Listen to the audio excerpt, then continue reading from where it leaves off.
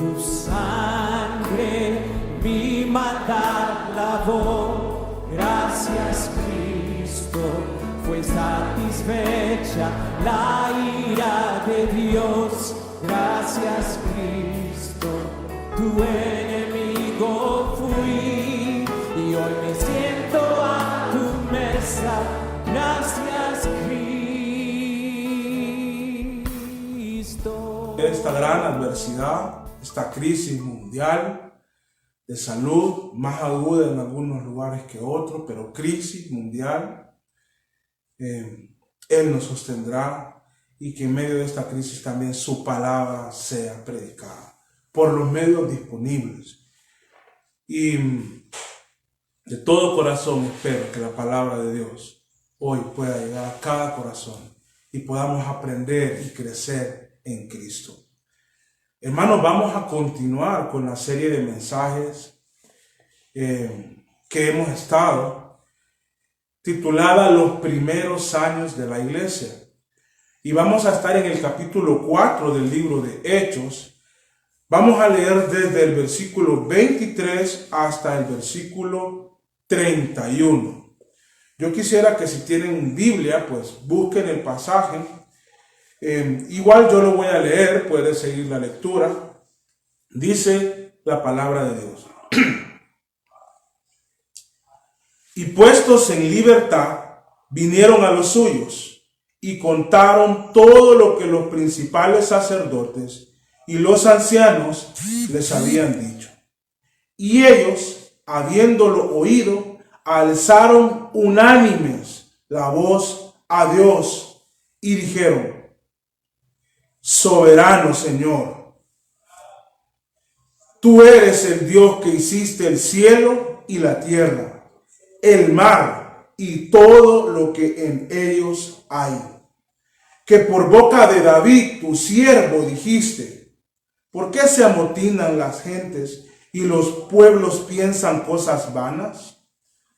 Se reunieron los reyes de la tierra y los príncipes se juntaron en uno contra el Señor y contra su Cristo. Porque verdaderamente se unieron en esta ciudad contra tu santo Hijo Jesús, a quien ungiste, Herodes y Poncio Pilato, con los gentiles y el pueblo de Israel, para hacer cuanto tu mano y tu consejo había antes determinado que sucediera. Y ahora, Señor, mira sus amenazas y concede a tus siervos que con todo denuedo hablen tu palabra, mientras extiendes tu mano para que se hagan sanidades y señales y prodigios mediante el nombre de tu santo Hijo Jesús. Cuando hubieron orado, el lugar en que estaban congregados tembló y fueron llenos del Espíritu Santo y hablaban con denuedo la palabra de Dios. Vamos a tener otro tiempo de oración, hermano.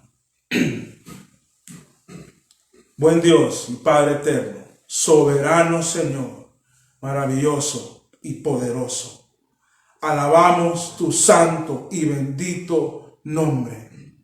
De nuestro corazón, Padre, nace el deseo de adorarte y de darte honra y loores por siempre y para siempre, aún en situaciones adversas. Nuestra alma, es más, te adorará con mayor regocijo. Padre, vamos a exponer tu palabra y te ruego que tomes el dominio de todo mi ser, que mis pensamientos, mis palabras y todo mi ser sea dominado por tu Espíritu Santo, para que tu palabra, solo tu palabra, sea expuesta. Padre, concédeme amor, concédeme humildad para exponer tu palabra con amor, con humildad, también con poder y con autoridad. Oh Padre, y a todos los oyentes también, concédeles humildad para que atiendan a tu palabra. En el santo nombre de Cristo. Amén y amén. ¿Cómo orar adecuadamente en situaciones adversas? Todos tenemos reservado un periodo de tiempo donde las situaciones serán adversas, donde los planes van a ir diametralmente opuestos a como nosotros lo teníamos programado, donde posiblemente todo lo que hemos construido se va a desboronar, donde no vamos a encontrar una explicación de por qué están pasando algunas cosas en nuestra humanidad. Posiblemente a algunos les tocará estar en la cama de un hospital, respirando a través de la ayuda de un oxígeno o de una máquina que les ayude a respirar. Todos tenemos reservado un tiempo para pasar por adversidades. Es ahí cuando nos damos cuenta que realmente somos impotentes, donde somos una cosa tan pequeña en un universo tan grande. Es ahí cuando nos damos cuenta que nada podemos hacer sin la mano poderosa de Dios acompañándonos a nosotros. En esas situaciones, muchos es hasta entonces que oran, que doblan sus rodillas y que buscan el rostro de Dios para clamar. No podemos evadir que en algún momento vamos a pasar por situaciones adversas. Y vamos a orar. Ahora, es importante saber cómo orar en situaciones adversas, porque muchos oran erróneamente. Pueden invertir tiempo, pero lo están haciendo de manera inapropiada. Hoy vamos a ver en la palabra del Señor, siguiendo este ejemplo, vamos a aprender para aplicarlo inmediatamente a nuestra vida, cómo orar en situaciones adversas. Estos creyentes de los cuales el libro de Hechos nos está narrando, eran creyentes que iniciaban una situación adversa, porque ya empezaban a ser perseguidos. De hecho, habían estado Pedro y Juan en la cárcel el día anterior por haber predicado a Cristo. Habían estado rodeados de las autoridades, amenazándoles y pidiéndoles no sigan predicando acerca de Cristo. Y si seguimos leyendo el libro de Hechos, nos vamos a dar cuenta que estas adversidades se fueron intensificando, se fueron creciendo. Pero ellos, para estas alturas, ellos oraron, clamaron a Dios, buscaron el rostro de Dios, gimieron en oración. Esto no estaba en los planes de la iglesia en sus primeros años. Estos eran los planes perfectos de Dios. Es más, el día antes del texto que vamos a leer, Pedro y Juan iban al templo a orar juntos. Eso eran los planes de ellos. Ellos iban al templo a orar. Pero los planes de Dios, que siempre son mejores y diferentes a los nuestros, en los planes de Dios, ellos iban a ser usados para que un cojo de nacimiento fuera levantado, para que una multitud se reuniera en el pórtico de Salomón y ellos predicaran la palabra del evangelio, y para que muchos ese día se sumaran a la familia de la fe. Ellos tenían planeado ese día ir al templo a orar, pero Dios tenía planeado que oraran puesto en un calabozo de la cárcel. Dios tenía en sus planes que fueran rodeados por el concilio. Porque los planes de Dios siempre son diferentes a los nuestros. Pero son perfectos. Los planes de Dios era que tenía que haber adversidad para ellos. Nadie planea adversidades. No las queremos. Pero en los planes de Dios hay muchas situaciones adversas que nos están esperando. Ahora, para este tiempo, para este momento de la iglesia, a pesar que son sus inicios, la iglesia tenía algo. La iglesia ya sabía orar. Era una práctica común en la iglesia. Era parte de su ADN, de la característica de los cristianos. Invertían tiempo en la presencia de Dios, en oración, en ruego, en acción de gracias. Usted lee el libro de Hechos, capítulo 1, los va a ver orando, capítulo 2, los va a ver orando, capítulo 3, va a ver que van a orar, capítulo 4, los va a ver orando. Bueno, aquí vamos hoy a meditar en esta oración. No sé por qué la iglesia de hoy ha perdido, o en qué momento de la historia se perdió esa esencia de la iglesia de orar. Tenemos que orar. Lastimosamente muchos cristianos, no sabemos, pero que entendemos que son cristianos, ven la oración, para usar un ejemplo médico, ven la oración como una Panadol o acetaminofén, para usar un término genérico.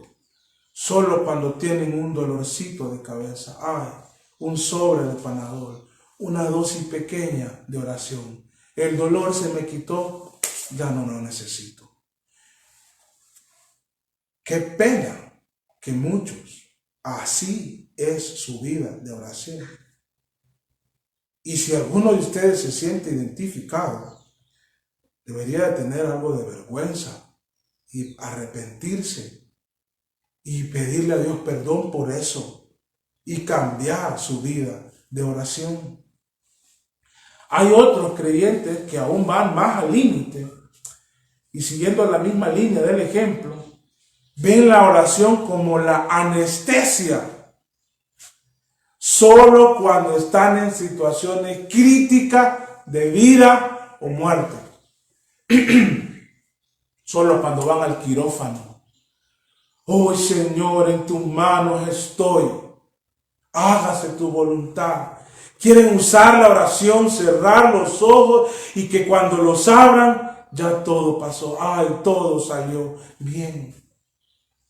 Qué penoso, aún más penoso, si ese es el estado de algunos creyentes.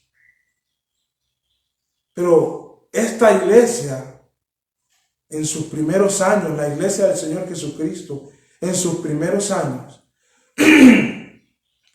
entendían que la oración es más como esa pastilla de la presión arterial, esa dosis diaria, justa, para mantener el cuerpo vigoroso, fuerte. Gracias a Dios que yo pertenezco a una iglesia donde es muy evidente que hay oración en medio de nosotros. Gloria a Dios por ustedes, hermanos. Pero los que vienen llegando a la iglesia, sepan que tienen que orar. No somos una iglesia que está pensada para que usted solo vaya los domingos. Es una iglesia donde queremos enseñarle la esencia de la fe cristiana, el evangelio puro y las prácticas básicas de nuestra fe. Entre ellas, la oración. Ahora, esta iglesia oraba. En el texto que vamos a ver, vamos a hablar de un grupo de hermanos que oraban. Bueno, yo creo que todo inició, toda esta práctica de la oración de la iglesia, inició allá en Lucas 11, cuando los apóstoles, los líderes de la iglesia, ya para Hechos, los apóstoles le dicen a Jesús: Señor, enséñanos a orar. ¡Qué petición más humilde! ¿Cuánto es necesario que la iglesia de Dios hoy y sus líderes le digamos al Señor: enséñanos a orar? Hermanos, ellos estaban con Cristo. Ellos podían pedirle ahí en vivo las cosas. De hecho, y cosas no menores. De hecho, Jacobo y Juan le dicen: Señor, en tu reino, ¿por qué no nos permites estar uno a tu derecha y el otro a tu izquierda? Imagínense lo que, Señor, ¿por qué no vas a mi casa?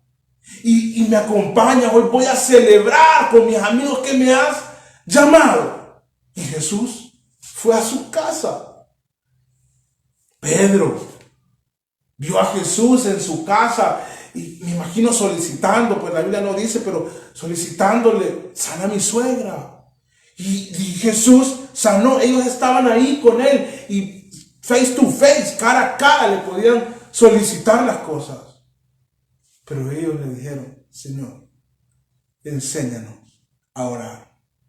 Espero que entiendan la importancia de la vida de oración en nuestra vida cristiana y como un ejercicio de nuestra fe. Y hago toda esta introducción de la oración porque sé que la iglesia de hoy no tiene el hábito tan arraigado como lo tenía la iglesia en el tiempo en el que vamos a meditar. Ahora, yo he dicho algo y lo he dicho, lo repito y lo seguiré diciendo hasta que encuentre un ejemplo más fácil de entender. Este será mi ejemplo: cómo se aprende a orar. No es difícil, hermano, se aprende. Básicamente se aprende igual a como se aprende a nadar, se aprende igual a como se aprende a andar en bicicleta y se aprende igual a como se aprende a conducir un vehículo. Usted puede saber toda la teoría de cómo nadar. Le pueden hacer el examen y va a sacar 100 y todavía el bonus ahí de punto extra. Pero si usted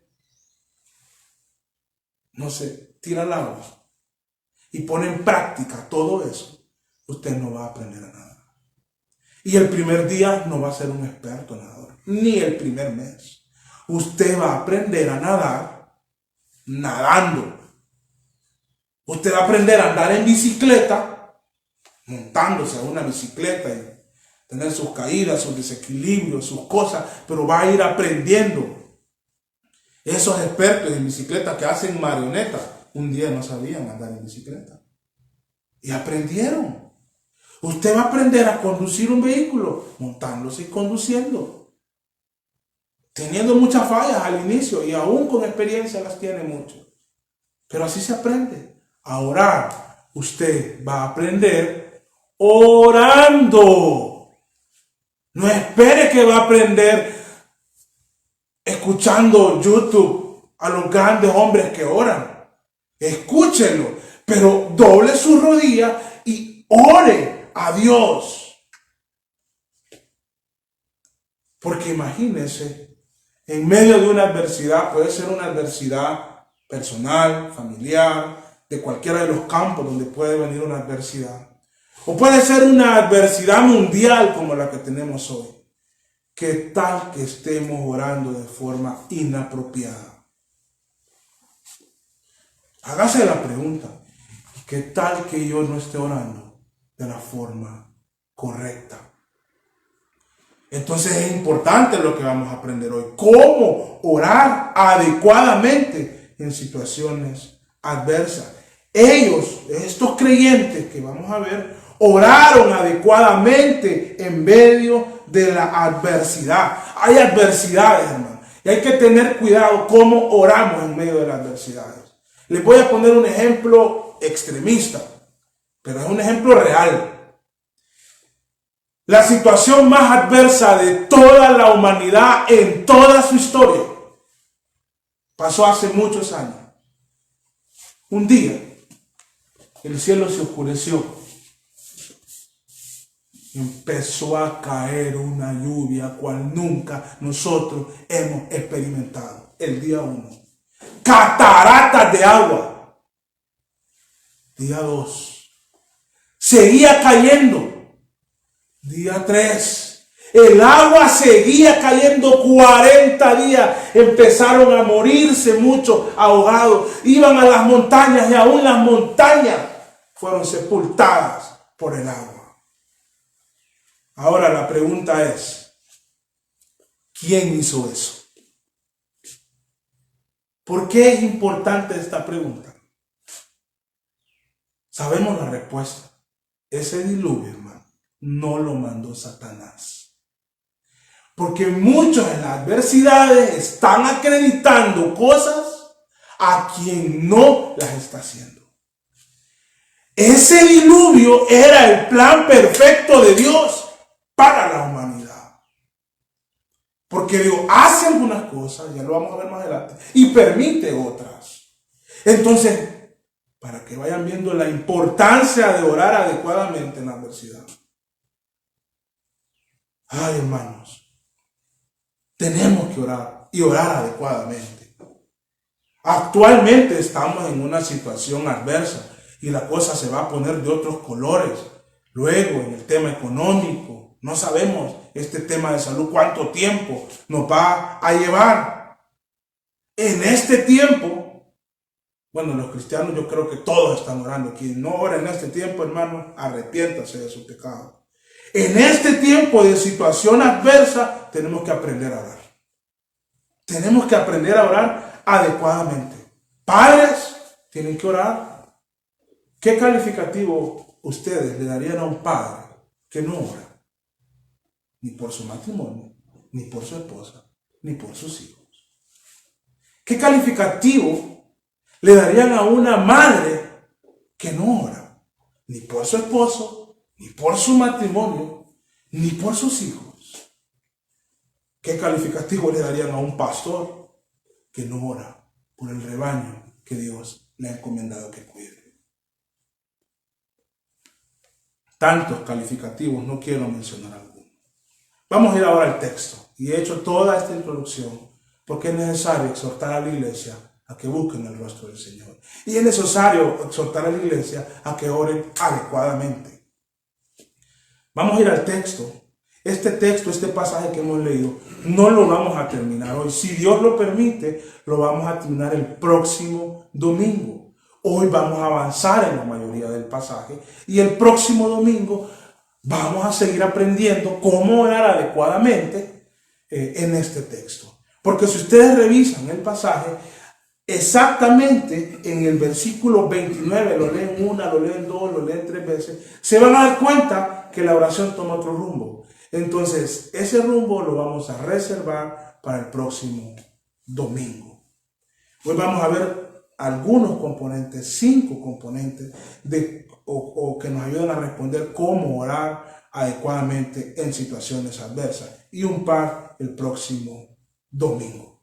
El versículo 23 dice: y puestos en libertad, Pedro y Juan, que habían estado presos, vinieron a los suyos, a la iglesia, hermanos, y con su familia, y contaron todo lo que los principales sacerdotes y los ancianos de Israel les habían dicho. Y ellos, habiéndolos oído, miren qué lindo esto, alzaron unánimes la voz a Dios. La iglesia, los que estaban ahí, se juntaron para orar. Nosotros ahorita no nos podemos juntar para abrazarnos, para darnos la mano, para darnos un beso, para darnos un Dios te bendiga, tanto que nos gusta en Berea hacerlo. No nos podemos juntar para eso, pero fíjese que sí nos podemos juntar para alzar la voz a Dios y clamar en oración. Eso sí lo podemos hacer, alzar la voz juntos, clamando a nuestro Dios. Dios es soberano, pero aún escucha el clamor de su pueblo, hermano. Y nosotros debemos de clamar a Dios. Qué lindo momento. La escena era que un grupo de creyentes, no sabemos en este momento cuántos, pero estaban orando postrados. Pues eso sabían hacerlo todos los días. Y empezaron a orar. Y en las primeras dos palabras de esa oración, registrada en las Sagradas Escrituras, nos enseña que para orar adecuadamente en situaciones adversas, hay que reconocer la soberanía de Dios en acontecimientos adversos. Las dos primeras palabras de esa oración son soberano, Señor. Dios, hermano, es soberano. Él hace lo que le place en el tiempo que a Él le place y de la forma que a Él le place. Dios es un rey soberano. Si hoy el sol está iluminando, es porque a Dios le place que así sea. Si las estrellas aún dan su resplandor en el firmamento, es porque Dios las hace iluminar. Si la tierra está dando vueltas en su propio eje, es porque el Rey soberano así quiere que sea. Y si sus pulmones hoy están respirando, es porque Dios es soberano. Y si mañana dejan de respirar, Dios seguirá siendo soberano. Él es el Rey de todo el universo, de la nada, hermano. De la nada, no existía materia, no existía tiempo, espacio, nada. Y de la nada, con su potente voz, Él creó todo. Él es el Rey de la creación. Él es el que gobierna por sobre todo. Y en una oración tenemos que reconocer que Él es soberano. Les di el ejemplo del diluvio. El diluvio es algo que Dios lo hizo. No fue Satanás, hermano. Dios abrió el cielo y el agua cayó e inundó a toda la humanidad. Reservó al hombre por la familia de Noé. Sodoma y Gomorra. ¿Quién hizo caer cielo? ¿Quién hizo caer del cielo fuego sobre esta ciudad? No fue Satanás, hermano. ¿Saben quién? Dios mismo. Como juicio, tanto allá en el diluvio como en Sodoma y Gomorra. Al pueblo de Israel, allá en el desierto, cuando se rebelaron, ¿quién mandó serpientes fervientes y venenosas que los mordieran? Y muchos murieron.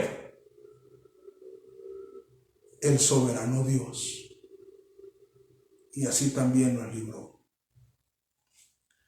En el caso de Job, Dios no hizo esas cosas, sino que Dios permitió que Satanás hiciera esas cosas. Pero en cualquier situación, sea que Dios lo hace o que Dios lo permite, Él es soberano. ¿Puede usted reconocer la soberanía de Dios en medio de su situación adversa? ¿Puede usted alabar la soberanía de Dios en medio de una situación adversa? Estos creyentes en Hechos lo hicieron. De hecho, su oración empezó diciendo: soberano Señor. Qué maravilloso es poder orar reconociendo que hay un Dios soberano. Ahí se van todas las ansiedades, todas las preocupaciones sin fundamento, porque hay un Dios que gobierna de manera perfecta sobre todo el universo. Ahora, ese mismo versículo nos da un segundo elemento que nos ayuda a responder esa pregunta de cómo orar adecuadamente en situaciones adversas. Ve el versículo, dice: soberano Señor, tú eres el Dios que hiciste los cielos y la tierra, el mar y todo lo que en ellos hay. De alguna manera ellos están reconociendo el poder de Dios. Y para orar adecuadamente hay que reconocer el poder de Dios en cualquier situación. Él es poderoso, hermanos. Solo dijo la palabra y se hizo la luz. Solo llamó a Lázaro frente a la tumba y él volvió de entre los muertos. Él es todopoderoso. Abrió un mar, envió comida por 40 años a una gran nación. Él hizo tantas cosas. Realmente en esta parte no tenemos problemas. La gente reconoce que Dios es poderoso. El problema no está en si lo reconocen o no. El problema está con qué propósito están reconociendo eso. Porque algunos reconocen el poder de Dios solo para reclamarle. Yo no sé quién se creen. Señor, si tú eres todopoderoso, entonces ¿por qué yo no salgo de esta situación? Señor, si tú eres todopoderoso, entonces ¿por qué no detienes el coronavirus? Porque Dios es soberano y es perfecto. Él sabe lo que está haciendo. Usted y yo no somos quien para venir a juzgar los actos divinos y perfectos del Dios todopoderoso. Fíjense que hasta este punto, por lo que pasa en nuestros días, es muy importante decirles algo. Yo creo que muchos hoy, en situaciones adversas como la de la iglesia de Hechos, luego de ser perseguidos por las autoridades, no predican el evangelio, si hubieran puesto de rodillas y charlatanes hubieran dicho cosas como esta: reprendo al espíritu de persecución. Ellos dijeron: soberano Señor. ¿Ven la diferencia de una oración inapropiada a una oración adecuada? Igual hoy muchos charlatanes han dicho: reprendo el coronavirus es del diablo. Y no saben. Si yo tampoco lo sé, hermano. Si Dios lo está permitiendo, o con qué propósito Dios lo está permitiendo, o Dios mismo lo ha enviado como juicio a esta generación perversa y maligna. Yo no lo sé, pero yo puedo orar en medio de esta situación. Soberano Señor. Y usted puede orar así en la situación que esté en este momento, económica, de salud, de familia, de lo que sea, de su negocio, que viene para el futuro, no lo sé. Pero usted puede decir: soberano Señor, tú eres poderoso. Pero reconocemos el poder de Dios no para intentar manipular a Dios, sino porque sabemos que Él está en control de todo. Y el día que Él quiera cambiar las cosas, Él lo va a hacer. Por decir un ejemplo, en un chasquido de dedos, hermano, la situación puede cambiar. Pero bien lo dice John MacArthur en uno de sus libros: si usted está en una situación adversa, dura y difícil, sepa que usted está justamente donde Dios quiere que usted esté. Adore a Dios ahí donde está. Reconozca su soberanía y su poder.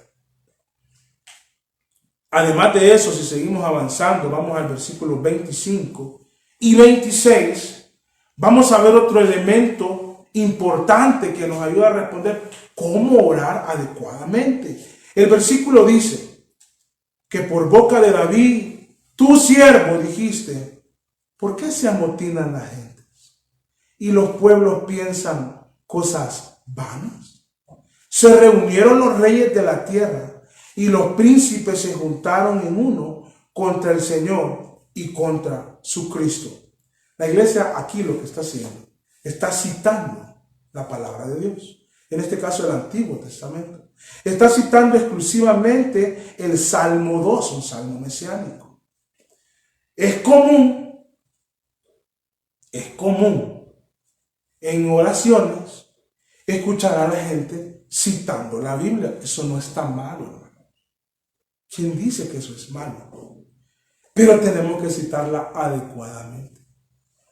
Porque he escuchado, no me lo han contado, algunos oran, por ejemplo, así: Señor, tu palabra dice, pídeme y te daré por herencia las naciones. Así que, Señor, yo quiero que mi negocio sea el más grande del mundo y quiero crecer y ser un millonario. Lo he escuchado. Si algún día conocen a un agente de la DEA que haya escuchado llamadas telefónicas de algún narcotraficante de esos de Colombia, todo eso, ellos citan la Biblia y versículos como este. Porque se puede citar inadecuadamente.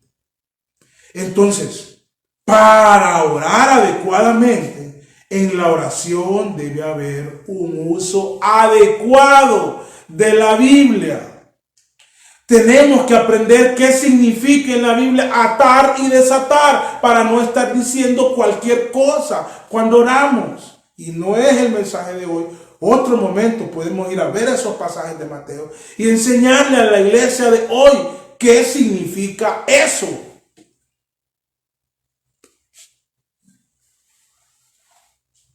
Hay un mensaje que predicamos en esta misma serie hace algunos domingos. Yo espero que lo recuerden, hermanos. El uso adecuado de la Biblia. No voy a extenderme porque fue tiempo, toda una mañana para ese mensaje. Pero si alguien lo quiere, lo tenemos en audio.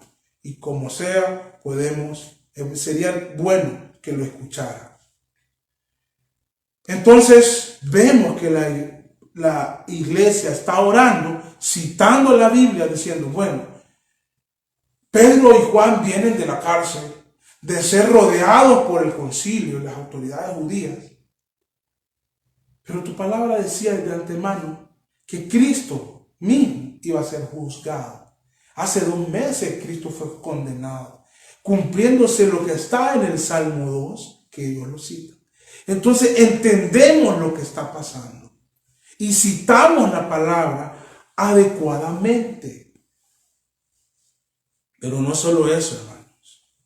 También, como cuarto punto, podemos ver en esos mismos pasajes, sumándole el versículo 27 y 28. Vean lo que dice. Porque verdaderamente, ellos están orando, esta es una oración.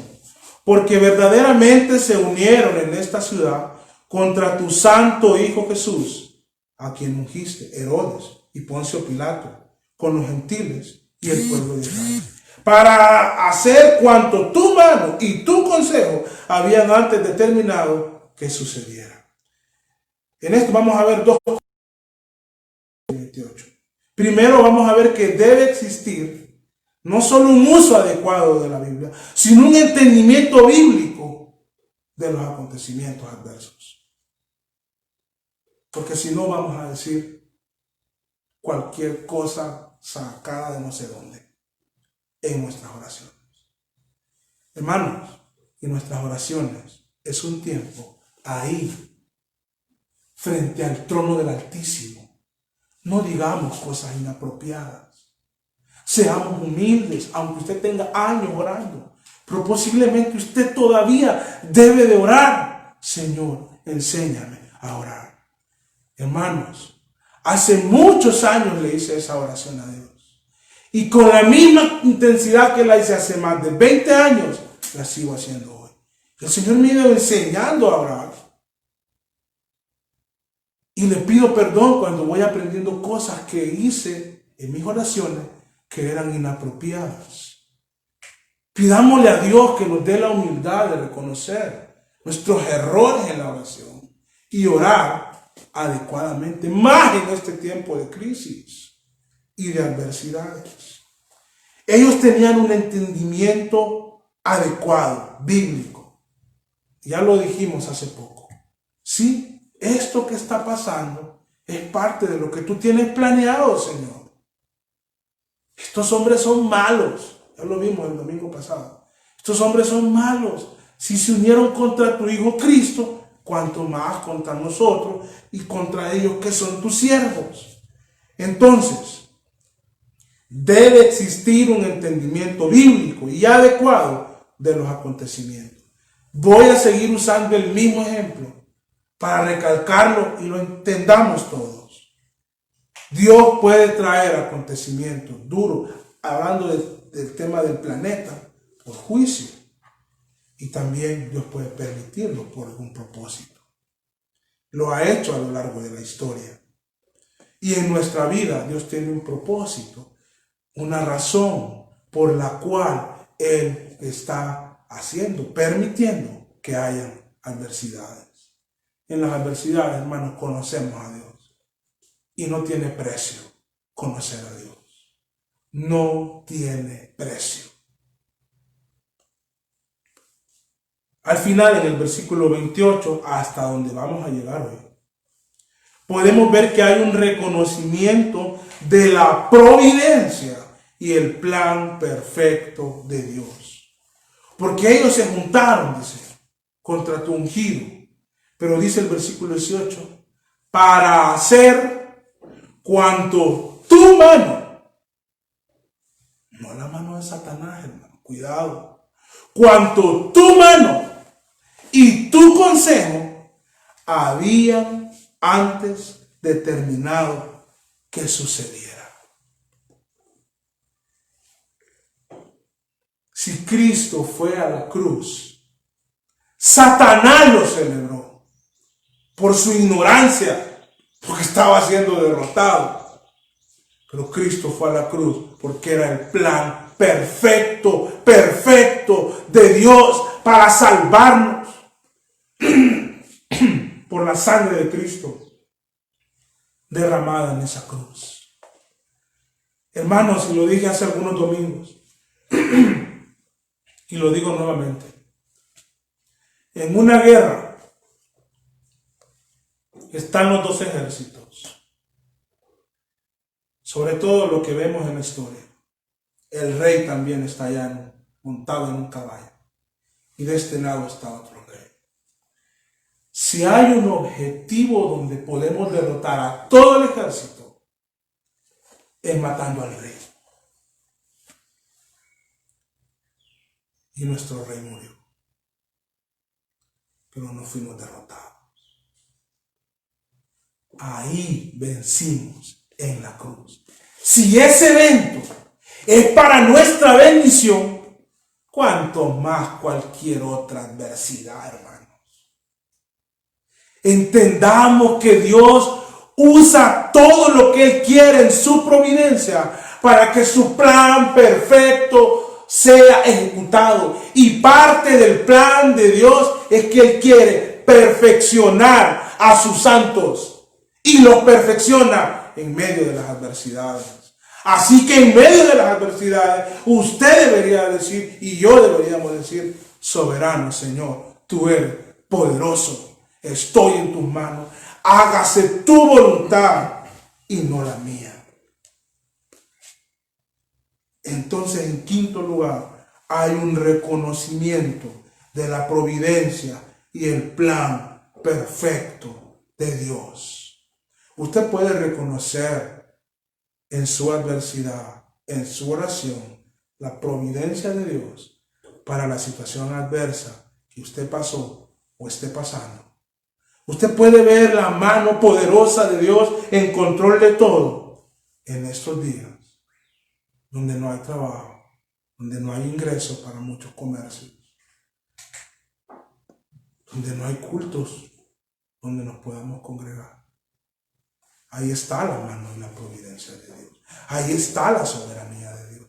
Y si en el plan perfecto de Dios está que yo esté predicando hoy aquí frente a ustedes, pero que no esté el próximo domingo, eso es perfecto, hermano. Porque todo lo que Dios hace es perfecto. Con humildad, porque sin humildad no se puede. El cristianismo y el orgullo son enemigos. La soberbia y la fe cristiana no se pueden mezclar. Con humildad. Ahora, pidamos la humildad. Porque nosotros, por naturaleza, con humildad, implementemos estos elementos y los que vamos a aprender el próximo domingo en nuestras oraciones diarias. Y sobre todo en las situaciones adversas que usted pueda estar pasando.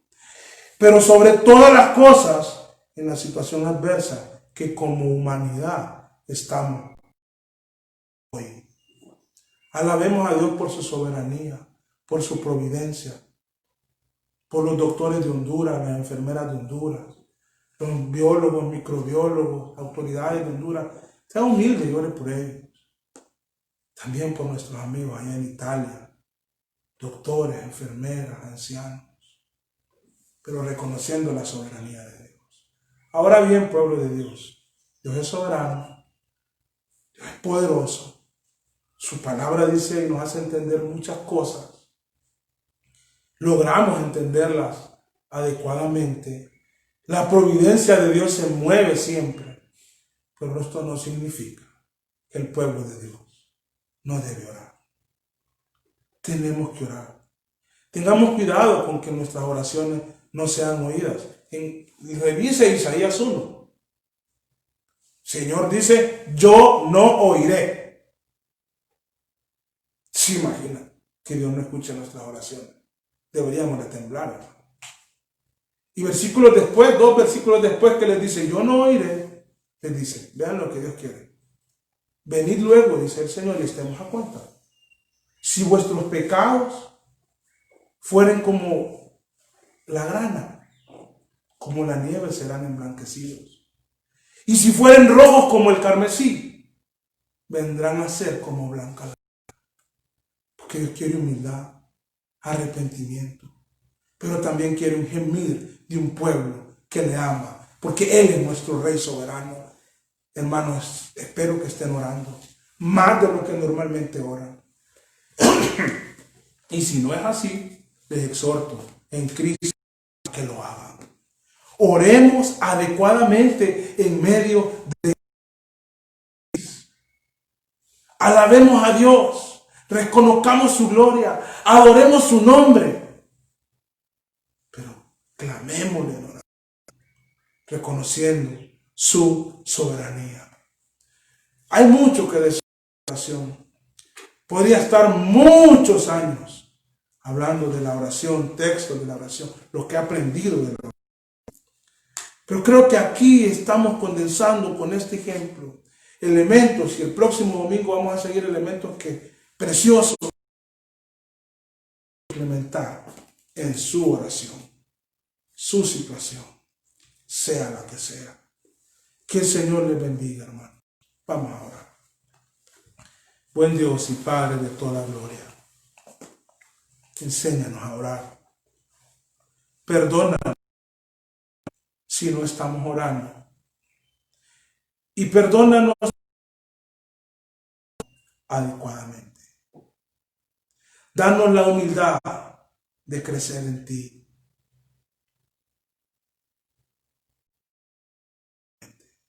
De reconocer tu soberanía, de reconocer tu poder, de entender lo que está pasando, primero conociéndote a ti, y de ver que tu providencia divina siempre se mueve de manera perfecta. Haznos buscar tu rostro. Oh Señor, que tu pueblo se humille. Haz que esta humilde pero genuina iglesia tuya, Misión Bautista, esta rodilla, busquemos tu rostro, y aún en nuestros hogares, separados por kilómetros y metros, podamos unánimes alzar la voz a ti, Señor, nuestro Salvador y nuestro Rey, el ungido de Dios. Padre, únenos en amor, manténnos fervientes en espíritu, en el santo nombre de Cristo. Amén.